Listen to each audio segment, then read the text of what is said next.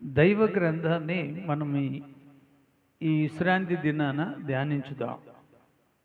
ఒకసారి మీరందరూ కూడా మరి దైవ గ్రంథాన్ని చదవడానికి, ఈ గ్రంథంలో ఉన్న దేవుని మహిమ ఏంటో, దేవుని యొక్క అధికారాలు ఏమిటో, దేవుని కృప ఏంటో మనం తెలుసుకోవటానికి మనం ప్రయత్నం చేద్దాం.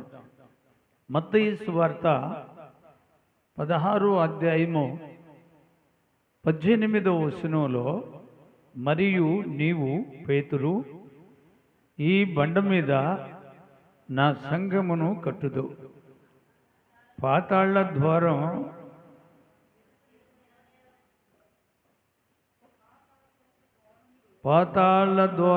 లోకములు దాని ఎదుట నిలవనేరవని నేను నీతో చెప్పుచున్నాను. దేవునికి అందరం ఒకసారి స్తోత్రం చెల్లించుదాం. చూశారండి, పేతురుకి దేవుడు ఏం చెప్తున్నాడు అంటే, పాతాళలోక ద్వారాలు నీ ఎదుట నిలవు, ఈ బండ మీద సంఘమును కట్టు అని పేతురుకి ఒక వరం ఇచ్చాడు. ఈ వరము మనం కూడా అడిగితే ఇస్తాడు, మనకు కూడా దేవుడు ప్రసాదిస్తాడు. పేతురుకి ఎందుకు ఇంత అధికారం ఇచ్చాడు అంటే, అతని యొక్క కుటుంబాన్ని పోషించుకోవటానికి తను చేపలు పట్టుకొని అమ్ముకొని ఆ కుటుంబాన్ని సంరక్షించుకుంటూ పోషించుకుంటున్న ఈ పేతుర్ని దేవుడు పిలిచాడు. పేతురు, నన్ను వెంబడించు అన్నాడు. నువ్వు చేపలు పడుతున్నావు, మనుషుల్ని పట్టే జాలర్నగా నిన్ను నేను చేస్తాను, నన్ను వెంబడించు అంటే దేవుని మాటకు లోబడి అతడు సమస్తమును విడిచిపెట్టి దేవుని వెంబడించాడు, దేవునితో తిరిగాడు.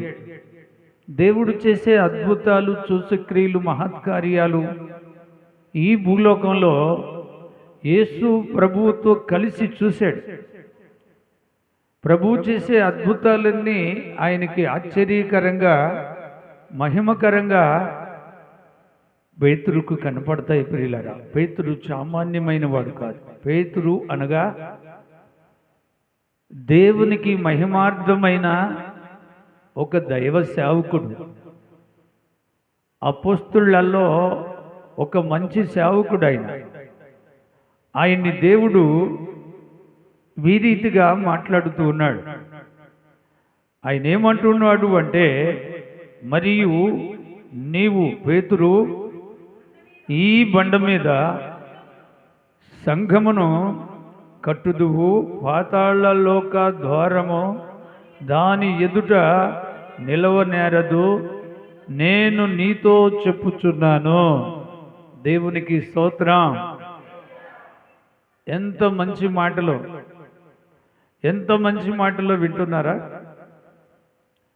పేతురుతో మాట్లాడుతున్నాడు దేవుడు, బండ మీద సంఘమును కట్టమంటున్నాడు. కనుక 19వ వచనంలో ఆయనకి ఇంకా ఏమి ఇస్తున్నాడు దేవుడు? పరలోక రాజ్యము యొక్క తాళపు చేతులు నీకిచ్చేదను, నీవు భూలోకమందు దేనిని బంధించెదవో అది పరలోకమందును బంధించబడును, భూలోకమందు దేనిని ఇప్పుదువో అది పరలోకమందు ఇప్పబడుతుందని అతనితో చెప్పిను. దేవునికి స్తోత్రం. దేవుడు ఆయనకి ఏమిచ్చాడు అంటే, పరలోక తాళ్ళపు చేతులు ఇచ్చాడు.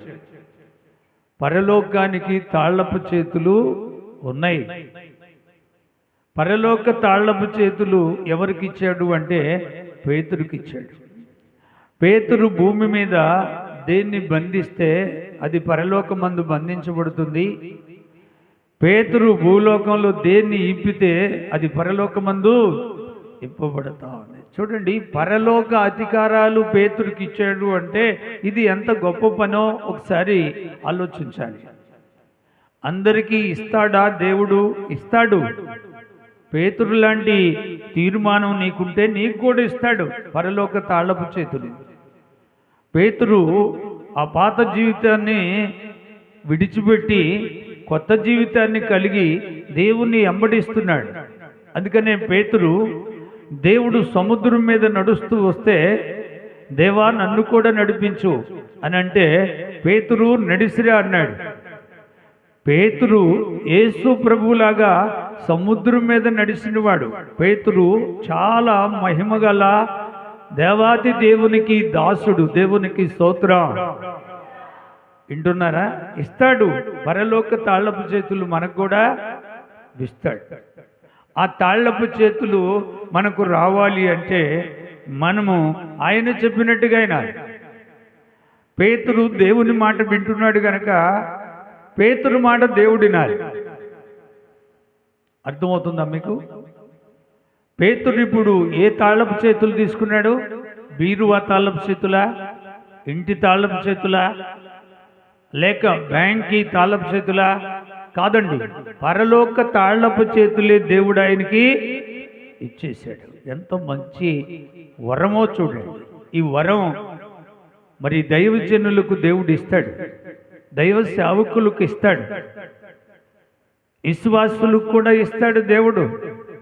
నీకు పట్టుదల ఉంటే, అయ్యా నాకు పరలోక తాళ్ళపు చేతులు కావాలి, నా కుటుంబంలో నేను కుటుంబ ప్రార్థన పెట్టుకున్నప్పుడు, నా కుటుంబంలో నేను అందరికీ భోజనం పెడుతూ ఉన్నప్పుడు, నా ఇంటిలో జరిగిన కుటుంబ ప్రార్థన పరలోకంలో కనబడాలి.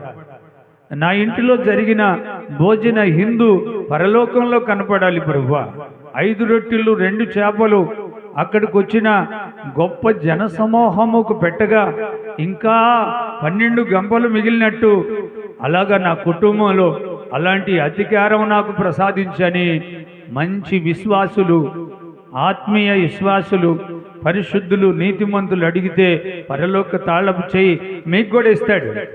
ఎంతమందికి కావాలి? వద్దా? బ్యాంకీ తాళపు చేయి కావాలంటే బ్యాంకీ వాళ్ళు ఇస్తారా? బ్యాంకీ వాళ్ళ దగ్గరే ఉంటుంది. ఒకవేళ నీ ఇంటి తాళపు చేయి నువ్వు ఇంకొకళ్ళకి ఇస్తావా? ఇవ్వవు. ఒకవేళ ఇస్తే నీ ఇంట్లో ఉన్న వస్తువులు ఏందో వాళ్ళు తీసుకొని పోతారు. ఇప్పుడు పరలోకంలో ఏముందంటారు? పరలోకంలో మనకు కావలసిన మంచి నివాసాలు ఉన్నాయి, మంచి సింహాసనాలు ఉన్నాయి, మంచి అక్కడ కిరీటాలు ఉన్నాయి, అక్కడ మనకు కావలసిన ధనమంతా ఉంది. ఆ ధనాన్ని తీసుకోవాలంటే ఈ భూలోకంలో మనం ఉండగానే పరలోక తాళ్ళపు చేతులు మనందరికీ కావాలి. ఆ తాళ్ళపు చేతులు ఉంటేనే మనకి పరలోకం మీద అధికారం. చూసారండి, ఈ పేతురుకి మరొక అధికారం ఉంది. అపోస్తుల కార్యం 5వ అధ్యాయము 15వ వచనంలో పేతురు ఒకసారి యెరూషలేము పట్టణానికి వస్తున్నాడు. యెరూషలేము పట్టణానికి ఆయన వస్తూ ఉన్నప్పుడు ఆ యెరూషలేము చుట్టూ ఉన్న ఆ ప్రాంతాల్లో, ఆ గ్రామాల్లో, ఆ పట్టణాల్లో ఉన్న ఆ ప్రజలందరూ ఎలా ఉన్నారు అంటే, పేతురు వస్తున్నాడు యెరూషలేముకు, పేతురు వస్తున్నాడు యెరూషలేముకు అని వారందరూ తెలుసుకున్నారు. పేతురు యెరూషలేముకు వచ్చే సంగతి ఆ ప్రజలకు అందరికీ తెలిసిపోయి, ఎక్కడెక్కడున్న రోగులు, ఎక్కడెక్కడున్న మరి కుంటివాళ్ళు, గుడ్డివాళ్ళు, మోగవాళ్ళు, చెవిటివాళ్ళు, పక్షవాతముతో, కుష్ఠరోగులతో, రక్తసేవ రోగము కలిగిన వారు, ప్రాణాలు పోతున్న ప్రతి ఒక్క వ్యాధిగస్తులందరినీ పేతురు వచ్చే స్థలానికి తీసుకొని వచ్చారు. దేవునికి స్తోత్రం. పేతురు వచ్చే స్థలానికి తీసుకొని వచ్చారు. తీసుకొని వచ్చి ఒక మైదానం మీద వారందరినీ మంచాల మీదను పరుపుల మీదను పండుకోబెట్టారు. అంటే వాళ్ళు నడిచేవాళ్ళు కాదు, రోగులు. చెప్పండి, వాళ్ళు ఎవరో? రోగులు. అందరూ రోగులే. మంచోళ్ళు మోసుకొచ్చారు, పండుకోబెట్టారు. పేతురు యెరూషలేము వస్తున్నాడన్న సంగతి ఆ ప్రాంతం అంతా మారుమోగిపోయింది, అందరికీ తెలిసిపోయింది. గుంపులు గుంపులు వచ్చేసారు, రోగులను తీసుకొచ్చి వరుసగా పండుగ పెట్టారు. అప్పుడు పేతురు ఆ యెరూషలేముకు వచ్చి ఆ రోగులను చోటున దేవాది దేవునికి మనసులో ప్రార్థన చేసుకుంటూ, ప్రభువా, నీవు నాకు తాళపు చేయి ఇచ్చావు, పరలోక అధికారం ఇచ్చావు తండ్రి, నేను యెరూషలేము వస్తున్నానన్న సంగతి తెలిసి ఈ యెరూషలేములో ఉన్న ఈ యొక్క ప్రాంత పట్టణాల్లో ఉన్న ఈ ప్రజలందరూ ఈ రీతిగా ఇక్కడ పండుకోబెట్టారు. ప్రభువా, నేను వాళ్ళకి ముందుగా నడుస్తుండగా నా నీడ వాళ్ళ మీద పడగా వాళ్ళు ఆరోగ్యవంతులైనట్లుగా నువ్వు పరమ వైద్యుడు, నువ్వే వాళ్ళను స్వస్థతపరచు అని పేతురు అలాగా రోగుల మధ్యలో నడుస్తూ ఉన్నాడు. గట్టిగా చప్పట్లు కొట్టండి, దేవునికి మహిమ. పేతురు నడుస్తూ ఉన్నాడు. సముద్రంలో నడిచిన ఈ పేతురు ఇప్పుడు ఎక్కడ నడుస్తున్నాడు? రోగుల మధ్యలో నడుస్తున్నాడు. ఆ రోగులు అలాగా పండుకొని పెడితే ఆయన నడుస్తూ ఉంటే ఆయన నీడ పడిన ఈ రోగులందరూ ఆరోగ్యవంతులవుతున్నారు. దేవాతి దేవుడు వారికి ఆరోగ్యం ఇస్తా ఉన్నాడు. పేతురుకిచ్చిన అధికారమును పోగొట్టుకోలేదు పేతురు. దేవుని మాటను జవదాటలేదు. దేవుని మాట ఆయన 3 సార్లు అబద్ధం ఆడతాడని దేవుడు చెప్పాడు. 3 సార్లు అబద్ధం ఆడాడు. ఆ 3 సార్లు ఆడిన తరువాత క్షమాపణ కోరుకున్నాడు పేతురు. పేతుర్ని బహుగా దేవుడు దీవించాడు. దేవునికి స్తోత్రం. పేతురులో ఉన్న విశ్వాసము, పేతురులో ఉన్న తీర్మానము, పేతురుకు దేవుడిచ్చిన మాటను నిలబెట్టుకున్నాడు గనక యెరూషలేము పేతురు వస్తే యెరూషలేములోనికి వచ్చిన ఈ పేతురులోకి యేసయ్య వచ్చాడు. యేసు ప్రభు అక్కడ కనపడలేదు, కానీ పేతురు నీడలో రోగులను స్వస్థత పరుస్తున్నాడు దేవుడు. ఎంత గొప్పోడు అంటారు దేవుడు. ఇప్పుడు చెప్పండి, పేతుర్ని గొప్పోడు అందామా, దేవుడిని గొప్పోడు అందామా? ఈరోజు చాలామంది దైవ సేవకులు నేను గొప్పోడిని అంటారు, దేవుడిని అక్కడ పెడతారు. ఇది ధర్మమా? ఏమండి, పేతురు ఎప్పుడైనా నేను అన్నాడా? నేను గొప్పోడిని అన్నాడా? చెప్పండి. మంచాల మీద వచ్చిన ఈ నడవలేని ఈ కుంటోళ్ళని, ఈ వ్యాధిగ్రస్తులు, బైబిల్లో ఉంది, నానా విధములైన రోగముల చేతను వేదనల చేతను పీడింపబడుతున్న వ్యాధిగ్రస్తులందరూ, దెయ్యములు పట్టిన వారు, శాంద్ర రోగులు, పక్షవాతము కలిగిన వారు యేసయ్య బాగు చేశాడు. దేవునికి స్తోత్రం. ఇది నిజము ప్రియులారా, మీరు నమ్మాలి. ఆయన పరలోక వైద్యుడు. ఆయన్ని మించిన వైద్యులు లేరు. ఆ నిజమైన వైద్యుడి దగ్గర నిజముంది. ఆయన మాట తప్పడు. ఆయన చేతిలో మహిమ, ఆయన ఉమ్ములో మహిమ, ఆయన వస్త్రాల్లో మహిమ, ఆయన మాటలో మహిమ, ఆయనలో అంతా మహిమే. ఆ మహిమ గల దేవుడు పేతురులో ఉన్నాడు. పేతురు ఒకసారి ఒక మాట అంటాడు, మీకు గుర్తుందా? పేతురు యోహాను 3 గంటల వేళలో దేవాలయానికి వెళ్ళుచున్నప్పుడు అతడు తల్లి గర్భములోనే కుంటివాడుగా పుట్టిన ఆ మనిషిని అతనికి సంబంధించిన వాళ్ళందరూ మోసుకొని వచ్చి ఆ దేవాలయం ముందు కూర్చోబెట్టి వెళ్ళిపోస్తారు. వాళ్ళు ఆ దేవాలయానికి వచ్చిన వాళ్ళందరినీ భిక్షం అడుగుతాడు ఆయన. ఆ వచ్చిన వాళ్ళందరూ కానుకిస్తారు ఆయనకి. ఆ ప్రార్థన అయిపోయినాక వాళ్ళ బంధువులు వచ్చి మల్లయ్యను మోసుకొని పోతూ ఉంటారు. ఆ కుంటివాని ద్వారా ఆ కుటుంబం పోషింపబడతాం. ఆ రీతిగా ఎంతో కాలం పోషింపబడతాం. ఆ రోజున 3 గంటల వేళలో పేతురు యోహాను దేవాలయానికి పోతుండగా చేతులు చాపాడు పేతురు వైపు. పేతురు తేరి చూశాడు. అతడు అబద్ధీకుడా, నిజమైన కుంటివాడా? పేతురుకు తెలుసు నిజమైన వాడా అబద్ధీకుడా అని. పేతురు చూడగానే నిజమైన తల్లి గర్భంలోనే కుంటివాడు. అప్పుడు పేతురు అన్నాడు, నా దగ్గర ఎండి బంగారాలు లేవు కానీ నాకు కలిగినదే నీకు ఇస్తాను. నజరేయుడైన యేసు నామములో నడవమని చేయబట్టుకున్నాడు. అతనికి వెంటనే కాళ్ళు వచ్చాయి. గట్టిగా చప్పుళ్ళు కొట్టండి. లేచాడు, గంతులేస్తున్నాడు. ఏమండి, పేతురు మాటలో దేవుడు ఎంత గొప్ప మహిమను పెట్టాడు. పేతురు మాటలో ఎంత గొప్ప మహిమ పెట్టాడు అంటే ఒక్కసారి ఆలోచించండి. దేవుడు ఎంతటి గొప్పవాడో, ఎంతటి మహిమ గలవాడో ఆలోచించారా? పేతురు దేవుడు,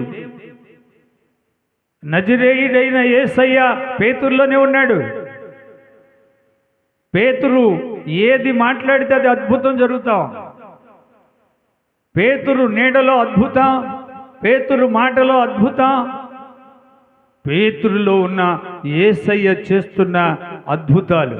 ఆయనకి మహిమ, దేవునికి మహిమ తీసుకురండి. మనుషులకు ఘనతొద్దు. అపోస్తులు ఎప్పుడైనా పేతురు గారు అని రాసినట్టుందా? ఉందండి. పేతురు గారు, పౌలు గారు, యోహాను గారు, గారులు రాసినట్టుందా? లేదండి. యోహాను, పేతురు, పౌలు, స్టెఫను, ఇలాగా భక్తులు పేర్లు తగ్గించబడిని. దేవునికి స్తోత్రం. ఈరోజు నువ్వు నేను తగ్గించుకోవాలి. ఈరోజు నువ్వు నేను తగ్గించుకుంటే అంతటి గొప్ప భక్తులుగా దేవుడు హెచ్చిస్తాడు. నువ్వు తగ్గించబడితే దేవుడు నిన్ను వెచ్చిస్తూ ఉంటాడు. పేతురు తగ్గించుకున్నాడు, దేవుడు అతన్ని వెచ్చించాడు. కానీ ఆ దినాల్లో పేతురుని ఎవరు గణపరచలేదు, దేవుణ్ణి గణపరిచారు. దేవునికి మహిమ కలుగునుగాక. అర్థం చేసుకున్నాడు. ఎందుకంటే ఈ దినాల్లో చాలామంది దైవ సేవకులుగా ఉన్నారు. మిమ్మల్ని మీరు వెచ్చించుకోవటం అది మర్యాద కాదు, అది దేవునికి ఎంతో అవమానకరమైన విషయాలు. దేవుణ్ణి కనపరచాలి. ఆయన సృష్టికర్త, ఆయన సర్వేశ్వరుడు, ఆయన మహాదేవుడు, సృష్టికి ఆయన ఆది సంభూతుడు. ఆయనకి అధికారాలు ఉన్నాయి. ఆ అధికారాలు నీకు ఇస్తాడు, నాకు ఇస్తాడు. అబ్రహాముకు అధికారం ఇచ్చాడు. అబ్రహామా, నువ్వు దీవిస్తే వాళ్ళు దీవించబడతారు, నువ్వు శపిస్తే వాళ్ళు శపించబడతారు అన్నాడు. అబ్రహాము ఎక్కడ శపించాడా? దేవునికి లోబడ్డాడు, దేవునితో నడిచాడు. దేవునికి బలి ఇవ్వటానికి, తన సొంత కుమారుడు విశాఖను బలికి ఇవ్వటానికి ఎన్నుకాడక దేవునికి ఇచ్చేశాడు. అంత నమ్మకస్తులు దైవ సేవకులు. ఈరోజు పిలువబడిన సేవకులు అలాగా వెదగాలి, అలా దీవించబడాలి, అలా ఫలించబడాలి. నీ దగ్గరకు వచ్చే ఆ విశ్వాసులు చక్కగా దీవించబడాలి. వాళ్ళ జీవితాల్లో అద్భుతాలు జరిగేటట్లుగా అపోస్తుల మధ్యలో జరిగిన ఆ గొప్ప వింతలు ఈరోజు నీ ముందు జరుగుతూ ఉంటే అది దేవునికి మహిమ. నీకై నిన్ను వెచ్చించుకొని నడిచి ఆరోగ్యకరంగా వచ్చిన మనుషులను తల మీద చేయి పెట్టి వెనక్కి నెట్టి పడేసి వాళ్ళ నడుమో కాలో చెయ్యో ఇరగ్గొట్టేది దేవుని ప్రార్థన కాదు. పడిపోయిన వాళ్ళను దేవుడు లేపే ప్రార్థన కావాలి. పేతురు దగ్గరికి తీసుకొచ్చి అందరినీ పండుకోబెట్టారు. పేతురు నీడ పడగానే ఆరోగ్యంగా గంతులేసి వెళ్ళిపోతున్నారు. అందరూ ఆరోగ్యంగా. ఈ చివరి నుంచి మొదలుకొని ఆ చివరి వరకు ఆయన నడుస్తూ పోతున్నాడు. నీడబడిన వాళ్ళందరూ ఆరోగ్యవంతులయ్యారు. సంతోషంగా చప్పట్లు కొడదామా? అలా ఉండాలి దైవ సేవకుడు అంటే. అందుకనే అపోస్తులు క్రీస్తును పోలి మేము నడిచాం, మమ్మల్ని పోలి మీరు నడవండి. ఒకసారి మోషేకి ఒక అధికారం ఇచ్చాడు. నిర్గమకాండం 10వ అధ్యాయము 21వ వచనంలో మోషేకి ఒక అధికారం ఇచ్చాడు. మోషే, ఆకాశం వైపు నీ చేయి చాపమన్నాడు. ఐగుప్తు దేశం మీదకి చీకటి పంపిస్తాను, శత్రువులకు చీకటి కలుగు చేస్తాను. గాఢ అంధకార చీకటి ఐగుప్తు దేశం మీద, ఆ యొక్క ఫరో సైన్యం మీద, శత్రువుల మీదకి నేను చీకటిని పంపిస్తాను. కనుక నువ్వు చేయొద్దు, మోషే చేతిలో దేవుని యొక్క అధికారాన్ని పెట్టాడు. దేవునికి స్తోత్రం. మోషే చెయ్యెత్తగానే గాఢాంధకార చీకటి కమ్మకపోయింది. వింటున్నారండి? ఒక దైవ సేవకుడికి అధికారం ఇచ్చాడు దేవుడు. అధికారము గల దేవుడు అధికారం ఇచ్చేవాడు. ఎంత గొప్పవాడో తెలుసా? దేవుణ్ణి కనపరచొద్దా? సృష్టికర్తని కనపరచొద్దా? మోషే తనను తాను వెచ్చించుకున్నాడా? అతడు వెదిగింది ఎక్కడ? రాజు ఇంటిలో వైభాగంగా వెదిగాడు. అతనికి కష్ట సుఖాలు తెలియకుండా వెదిగాడు. అయినా ఆ వైభాగము, ఆ మంచి, ఆ ఆశీర్వాదం, ఆ మంచి ఆ యొక్క వాతావరణంలో నుంచి ఆయన దేవునితో ఉండటానికి, దేవుని బిడ్డలతో కష్టపడటానికి, దేవాది దేవునికి మహిమ తీసుకురావటానికి మోషే దేవుని మాట విన్నాడు. దేవునికి స్తోత్రం. గ్రహిస్తున్నారా? మోషే గారికి మరొక వరం ఉంది. మోషేకి ఒక కర్ర ఇచ్చాడు దేవుడు. ఆ కర్రను కిందేస్తే పాము అవుతుంది, ఆ కర్రను మరలా పట్టుకుంటే కర్ర అవుతుంది. అధికారాలు ఉన్నాయండి. అపోస్తులకు అధికారాలు ఇవ్వలేదా? మత్తయి సువార్త 10వ అధ్యాయంలో అపోస్తులను ఇద్దరిద్దరినగా సువార్త ప్రకటించడానికి పంపించేటప్పుడు దేవుడు అధికారాలు ఇచ్చాడు. దేవుడు అధికారాలు ఇచ్చాడు. దెయ్యాల మీద, రోగుల మీద, దురాత్మ శక్తుల మీద అధికారాలు ఇచ్చి పంపించాడు దైవ సేవకులకి. దైవ సేవకులు అనే వాళ్ళకి దేవుడు వరం ఇస్తాడు. ఆ వరాలు ఈరోజు పిలువబడిన సేవకులు కాడ ఉంటాయి, పిలువబడిన సేవకుల దగ్గర ఉండవు. ఇది మీరు గుర్తుపెట్టుకోవాలి. ఒక దైవ సేవకుడు తగ్గించుకుంటున్నాడు అంటే ఆ దైవ సేవకుని దగ్గర దేవుని యొక్క లక్షణాలు ఉన్నాయి అంటే, దేవుని యొక్క అద్భుతాలు జరుగుతున్నాయి అంటే అతడు పిలువబడిన సేవకుడు. నెట్టి పడేసేవాడు దొంగ సేవకుడు. అర్థమవుతుందా? టీవీలో పెట్టి, యూట్యూబ్ ఛానళ్ళలో పెట్టి దేవుని నామాన్ని అవమానపరచొద్దు. గ్రహించాలి. దేవుడు ఏమై ఉన్నాడు? దేవుడు ఈ సృష్టిని ఎందుకు చేశాడు? ఈ సృష్టిలో మానవాళ్ళకి దేవుడు ఎంత అధికారాలు ఇస్తున్నాడు? ఇవన్నీ గ్రహించొద్దా? ఏమండి, అర్థమవుతుందా? అపోస్తుల కార్యము 19వ అధ్యాయము 11వ వచనంలో అపోస్తుడైన పౌలుకు దేవుడు ఒక అధికారం ఇచ్చాడు. ఆ అధికారం ఏంటి? తన చేతిలో ఒక రుమాలు ఉంటుంది, తన నడువుకు ఒక బెల్ట్ ఉంటుంది. అతడు 3 సంవత్సరాలు వెడతెగక కన్నీరు కార్చి దేవుని పాదాల దగ్గర పశ్చాత్తాపడితే ఆ దైవజనుడు, ఆ అపోస్తుడైన పౌలు, ఆ నీతిమంతుడైన పౌలుకు అధికారం ఇచ్చాడు. ఒక రోగి దగ్గరికి ఈ రుమాలు తీసుకొని పోతే ఆ రుమాలు తగలగానే ఆ రోగి బాగుపడేది. ఈ యొక్క మొలకు పెట్టుకున్న బెల్ట్, నడుముకు పెట్టుకున్న బెల్ట్ ఒక దెయ్యం పట్టిన వ్యక్తి దగ్గరకు తీసుకెళ్తే ఆ బెల్ట్ తగలగానే ఆ దెయ్యం అతన్ని వదిలి వెళ్ళిపోయేది. ఏమండి, ఈరోజు దైవ సేవకులమైన మనం ఎలా బోధించాలి? ఎలా దేవుని దగ్గర క్రమపద్ధతిగా ఉండాలి? దేవుణ్ణి ఎలా అడగాలి? దేవుని దగ్గర మనం ఎంత జాగ్రత్త పడాలి? దేవుడు నిన్ను పిలిచిన పిలుపును బట్టి నువ్వు దేవునితో చక్కగా నడవాలి కదా. ఏమండి, ఆలోచించండి. ప్రతి ఒక్కళ్ళు దేవుణ్ణి మహిమపరచాలి, ఘనపరచాలి. పరమ తండ్రి అయిన దేవుడు పరమ వైద్యుడు. పరమ వైద్యుడు ఆయన. మత్తయి సువార్త 4వ అధ్యాయము 23వ వచనంలో యేసుక్రీస్తు ప్రభు ఏం చేశాడు? సమాజ మందిరములో బోధించుచు దేవుని రాజ్యమును గూర్చిన సువార్త ప్రకటించుచు ప్రజల్లోనే ప్రతి వ్యాధిని, రోగమును స్వస్థత పరుచుచు గలిలయ అంతటా సంచరించును. ఆయన కీర్తి సిరియా దేశమునకు తెలిసిపోయెను. గట్టిగా చప్పట్లు కొడతారా? దేవునికి మహిమ కలుగునుగాక. యేసు ప్రభు ఒక సమాజ మందిరంలో బోధిస్తూ ప్రజలలో ఉన్న రోగాలను బాగు చేస్తున్నాడు. ఆయన మాటే వాళ్ళకు వైద్యం, ఆయన చేతులే వాళ్ళకు వైద్యం, ఆయన ఉమ్మే వాళ్ళకు వైద్యం. అద్భుతాలు చేసేటండి పరమ తండ్రి, ఆయనకి మహిమ కలుగునుగాక. సిరియా దేశానికి తెలిసిపోయింది యేసు ప్రభు చేస్తున్న ఆ గొప్ప స్వస్థత కార్యాలు.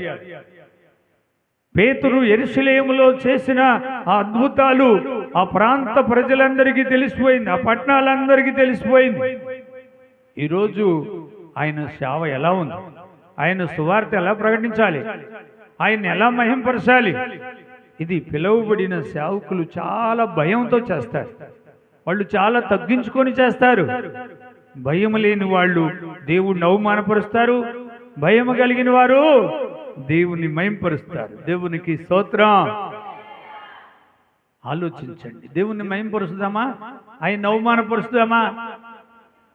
లోకంలో ఎంతో మంది యేసు వైపు ఏదో నేరం చూడాలి, యేసును ఆరాధించే మనుషుల్లో ఏదో ఒక నేరం చూడాలి. యేసు ప్రభు దగ్గరికి వెళ్ళే ఆ భక్తులను పట్టుకొని వాళ్ళలో ఏదో ఒక పొరపాటు చూడాలి. అసలు యేసయ్య భక్తిని ఆపాలనుకుంటుంది కదా ఈ లోక ప్రజలు. ఈ లోకంలో ఉన్న మనుషులు యేసు ప్రభుని ఇప్పుడు కూడా దూషిస్తున్నారు కదా. ఒక వ్యక్తి ఒక మాట అన్నాడు, మరియమ్మను గురించి బహు చెడ్డగా మాట్లాడాడు. ఒక రాజును ప్రేమించింది, ఆ రాజుకు ఆమె గర్భం ధరించింది అన్నాడు. నా మనసులో చాలా బాధేసింది. ఆమె పరిశుద్ధాత్మ ద్వారా గర్భం ధరిస్తే ఆయన ఏం మాట్లాడాడు? క్రైస్తవులను దూషిస్తుంది కదా లోకం, క్రైస్తవులను విమర్శిస్తుంది కదా లోకం, క్రైస్తవత్వాన్ని పడగొట్టి చెడగొట్టి దేవుని నామాన్ని అవమానపరుస్తూ కించపరుస్తూ యేసుక్రీస్తును చిలివేసేటప్పుడు ఏ విధంగా అయితే దూషించి అవమానపరిచి ఆయన ముఖం మీద ఉమ్ము వేసి ఆయన్ని చిత్రహింసలు పెట్టి గాయపరిచి ఆయన ప్రాణము తీసిన ఆ దినాల్లో జరిగినట్లు ఈ దినాల్లో క్రైస్తవులు ప్రాణాలు పోతున్నాయి కదా. మరి క్రైస్తవులు ఎంత జాగ్రత్తగా ఉండాలి? దేవాది దేవుని పక్షంలోనూ ఉండాలి. అలనాడు షడ్రకు మెషకు అబేద్గోలను రాజు అగ్నిగుండంలో వేస్తే అగ్నిని చల్లార్చిన దేవుడు నిన్ను కాపాడలేడా? నిన్ను రక్షించలేడా? ఆయన బిడ్డలను రక్షించగలిగిన సమర్థుడు దేవుడు. 2 పేతురు రాసిన పత్రిక 2వ అధ్యాయము 10వ వచనములో అక్కడ రాసిన అద్భుతం, భక్తులను శోధనలలో నుండి రక్షించడానికి దేవుడు రక్షకుడు, దేవుడు సమర్థుడు, అగ్ని చల్లార్చగలవాడు, ఎర్ర సముద్రాన్ని 2 పాయలు చేయగలవాడు, సింహాల నోళ్లను మూయగలిగిన వాడు దేవుడు గొప్పోడు. చప్పట్లు కూడా చెప్పండి, దేవునికే భయపడాలి. అపోస్తలులు ఏమన్నారు? మీకు లోబడుట కంటే దేవునికి లోబడుట మాకు మేలు. ఒక్క క్షణం కూడా లోకానికి లోబడలేదు, దేవునికి లోబడ్డారు అపోస్తలులు. అపోస్తలుల బోధ ఎక్కడ ఉందో అక్కడ దేవుడు ఉంటాడు. అపోస్తలులు ఉన్న కాడ దేవుని సంఘం ఉంటుంది. అపోస్తలులు ఉన్న కాడ పరిశుద్ధాత్మ బోధ, పరిశుద్ధాత్మ అద్భుతాలు, పరిశుద్ధాత్మ సూచక క్రియలు, మహత్కార్యాలు. దేవునికి మహిమ కలుగునుగాక. ఆలోచిస్తున్నారండి? దేవుని సేవ అంటే అపోస్తలులు చేసింది సేవ. ఇక చూడండి, ఏలియా, ఎలీషా, యెహోషువ, ఇకపోతే దానియేలు, ఈ రీతిగా భక్తులందరూ. ఏలియా ఎంత గొప్ప సేవ చేస్తే, ఏలియా దేవునికి ఎంత లోబడితే ఆయన్ని చుడిగాలిలో పరలోకానికి తీసుకెళ్ళలేదా దేవుడు? ఆనోకు దేవునితో 360 సంవత్సరాలు నడుస్తూ ఉన్నప్పుడు ఆయన్ని పరలోకానికి దేవుడు తీసుకెళ్ళలేదా? దైవ సేవకులారా, పిలువబడిన సేవకులారా, దేవుణ్ణి భయమపరచండి. రాకడ సమీపములో ఉంది. మన పనికి జీతం ఇచ్చే దేవుడు వస్తున్నాడు. పైన ఆకాశము నుండి అగ్ని ప్రళయం వస్తుంది. దానిలో నుండి సురక్షితంగా మధ్యాకాశానికి తీసుకెళ్లే దేవుడు వస్తున్నాడు. కింద పెద్ద భూకంపం ఉంది. భూమి మొత్తం తిరగబడి అమెరికా లాంటి పట్టణాలు, హైదరాబాద్ లాంటి పట్టణాలు, విశాఖపట్టణాలు, ఈ పట్టణాలన్నీ కూలిపోయే టైంలో నిజమైన దేవుని బిడ్డలను అలాగా మధ్యాకాశానికి తీసుకొని వెళ్ళిపోతాడు మన రక్షకుడు యేసయ్య. పరలోకము నుండి దిగి వచ్చిన వాడు, పరలోకానికి ఎక్కిపోయిన వాడు. దేవునికి స్తోత్రం. వింటున్నారా?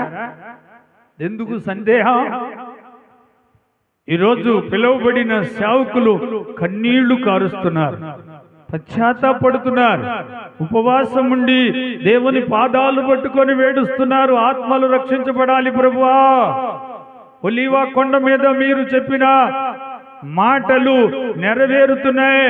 మీ రాకడ సమీపంలో ఉందని దేవునికి దగ్గరగా ప్రార్థిస్తున్నారు భక్తులు. వాళ్ళ ప్రార్థన ఈరోజు విశ్వాసులకు కాపుదల. ఏదో దేశంలో దేవుని బిడ్డలను చంపుతున్నారనే వార్త వచ్చింది, చర్చీలు పడేస్తున్నారనే వార్త వచ్చింది, క్రైస్తవులను విమర్శిస్తున్నారనే వార్త వచ్చింది. అయినా పర్వాలేదు, అపోస్తులు చనిపోలేదా? సత్యము కొరకు ఈరోజు మనం చనిపోవటానికి దేవుణ్ణి విడిచిపెట్టకూడదు. దేవుని పిలుపు మేరకి నీవు సావుకు తెగించి వెళ్ళాలి. అపోస్తుడైన పౌలు యెరూషలేము వస్తే చంపేస్తానని వార్నింగ్ ఇస్తే, ప్రభు కోసం నేను సావనైనా సస్తాను గాని దేవుణ్ణి విడిచిపెట్టను అన్నాడు పౌలు. చివరికి పౌలు ఒక మాట అంటాడు, నేను బ్రతికుంటే క్రీస్తు కొరకే, చనిపోతే నాకు మేలు. మరొక మాట అంటాడు పౌలు, 2 కొరింథీయులకు రాసిన పత్రిక 5వ అధ్యాయంలో, ఈ దేహంలో నా ప్రాణం ఉన్నంత వరకు నేను దేవునికి దూరంగా ఉన్నాను. నా ప్రాణంలో, ఈ యొక్క దేహంలో నా ప్రాణం బయటకు వస్తే నేను ప్రభు దగ్గరికి వెళ్తానని ఆయన ఈ మాట చెప్పాడు. దేవునికి స్తోత్రం కలుగును గాక. దేవుని భక్తులంటే అలా ఉండాలి. దేవునికి స్తోత్రం చెప్పండి ఒకసారి. ఏమండి, ఆలోచించండి. ఈరోజు భక్తి కావాలి కానీ డబ్బు ఎందుకు? డబ్బు ఎందుకండి? ఈ మధ్య డబ్బు ఎక్కువై ప్రభుత్వం వారు చెకింగ్ చేసేవాళ్ళు పట్టుకొని ఆ డబ్బుకు సీలేస్తారని దాన్ని తీసుకెళ్లి ఎక్కడో పారేస్తున్నారు. ఆ డబ్బు ఎక్కడో పారేస్తున్నారు భయమేసి. బంగారము, ముత్యాలు, రత్నాలు, బీరువాలు బయటకు వస్తున్నాయి చెకింగ్ లో. ఏం చేసుకుంటావు అదంతా? ఆలోచించండి. అందుకనే పౌలు తనకున్న డబ్బు, తనకున్న ధనమంతా బీదల పోషణ కొరకు అందరికి ఇచ్చేసి దేవునికి అప్పిచ్చాడు. ఆయన అపోస్తుడైన పౌలు దేవునికి అప్పిచ్చాడు. ఒకసారి ఆలోచించండి. ప్రభు రాకడ సమీపంలో దేవుని పని, నిజమైన పనికి డబ్బు ఖర్చు పెట్టండి. అర్థమవుతుందా? నిజమైన ధర్మమే పరలోకానికి వెళ్ళేది. నిజమైన దేవుని పనికి పెట్టిందే పరలోకంలో కనపడుద్ది. అనేకమైన దుర్వ్యాపారాలకు, అనవసరమైన ఖర్చులకు దేవుని సొమ్ము తినకూడదు. దేవుని సొమ్ము నీవు తినకూడదు. దేవునికి నీవు మహిమార్థంగా నీ కానుక సమర్పించాలి. నువ్వు ప్రభువుకిచ్చే ఆ కానుక ప్రభు పని జరుగుతుందా లేక మనుషుల పని జరుగుతుందా? అబద్ధ బోధకులు, అబద్ధ ప్రవక్తలు నీవిచ్చే కానుక తీసుకెళ్లి బ్రాందీ షాపులలో సారాయి తాగుతున్నారు, గంజాయి తాగుతున్నారు, విచ్చలవిడిగా ఇష్టానుసారంగా తిరుగుతున్నారు. ఎవరిళ్ళు? అంత్యక్రీస్తుకు సంబంధించిన బోధకులు. తప్పుడు బోధకులు, అంత్యక్రీస్తుకు సంబంధించిన శావకులు, వాళ్ళకి కఠినమైన తీర్పు తీరుస్తాడు దేవుడు. ప్రభుత్వమును నిరాకరించి సత్యమును పాడు చేసి దుర్నీతితో దేవుని సేవ చేయాలనుకుంటే ప్రభు నిన్ను శిక్షిస్తాడు. క్షమాపణ కోరుకో ఇప్పుడే. తప్పుడు బోధలు విడిచిపెట్టు. నిజమైన దేవునితో సావాసం చేయి. దేవునికి స్తోత్రం. ఎవరితో చేయాలి? దేవునితో సావాసం చేయి. దేవునితో నువ్వు జాగ్రత్తగా ఉండాలని ఈ సమయంలో మీకు తెలియపరుస్తున్నా. దగ్గర 30 సంవత్సరాలు దేవుడు మమ్మల్ని పిలిచి సమస్తాన్ని విడిచిపెట్టి ప్రభు పని చేస్తున్నా. ప్రభు పనిలో దేవుణ్ణి అడిగి దేవుని ద్వారా ఒక్కొక్కటి దేవుని కార్యాలు జరుగుతున్నాయి. ఆలోచించండి. ఇప్పుడు ఆయన వస్తే మాకు ప్రభు తాళపు చేయి ఇచ్చాడు. అదేంటో తెలుసా? యోహాను సువార్త 15వ అధ్యాయము. ఎవరు నా యందు ఉంటారో, ఎవరి యందు నేనుంటానో వాడు బహుగా ఫలించును. చప్పట్లు కొట్టండి. బహుగా ఫలించును. 30 సంవత్సరాల నుండి నా తోడ పుట్టిన వారు చనిపోతే నేను పోవటానికి దేవునికి ఇచ్చిన మాట నాకు జ్ఞాపకం వచ్చింది. లోకంలో దేవుని సువార్త విషయంలో దేవుని గురించి మహిమార్థమైన దేవుని పని నిమిత్తమే ఈ 30 సంవత్సరాలు వాడబడుతున్నా. ఆయన యందు ఎవడు నిలిచి ఉంటాడో, ఎవని యందు ఆయన నిలిచి ఉంటాడో వాడు బహుగా దీవించబడతాడు. మాకు ఇంకొక తాళపు చేయి ఉంది. యోహాను సువార్త 15వ అధ్యాయము 7వ వచనములో నా యందు మీ మాటలను, నా యందు మీరును, మీ యందు నా మాటలు నిలిచి ఉండిన ఎడల మీకేది ఇష్టమో అడగండి. గట్టిగా చప్పట్లు కొడదామా? దేవునికి మహిమ. మోషే దేవుని యందు ఉన్నాడు, ఆయనకి పరలోక అధికారం. పౌలు దేవుని యందున్నాడు, పరలోక అధికారం. పేతురు దేవుని యందున్నాడు, పరలోక అధికారం. యోహాను దేవుని యందున్నాడు, పరలోక అధికారం. కుడి వచ్చిన విశ్వాసులైన మీరు దేవుణ్ణి అడగండి. దేవుడు వరమిస్తాడు. దేవుడు వరమిస్తాడు. మీ అందరి కొరకు నేను ప్రార్థించబోతున్నా. మనం ప్రభు రాకడ కొరకు సిద్ధపడదాం. ప్రభు మహిమను చూద్దాం. ప్రభు లోకానికి వెళదాం. ప్రార్థన చేస్తున్నా. ప్రియమైన దేవా, నీ పాదములకు స్తోత్రాలు చెల్లిస్తున్నా. ఇదిగో నీ భక్తుడైన పేతురు, ఆయనకి తాళం చేయించావు, పరలోక తాళం చేయించావు. అలాగే పౌలుకు పరలోక జీవ కిరీటం ఇచ్చావు. అబ్రహాముకు మంచి దీవెనకరమైన వరం ఇచ్చావు. మోషేకి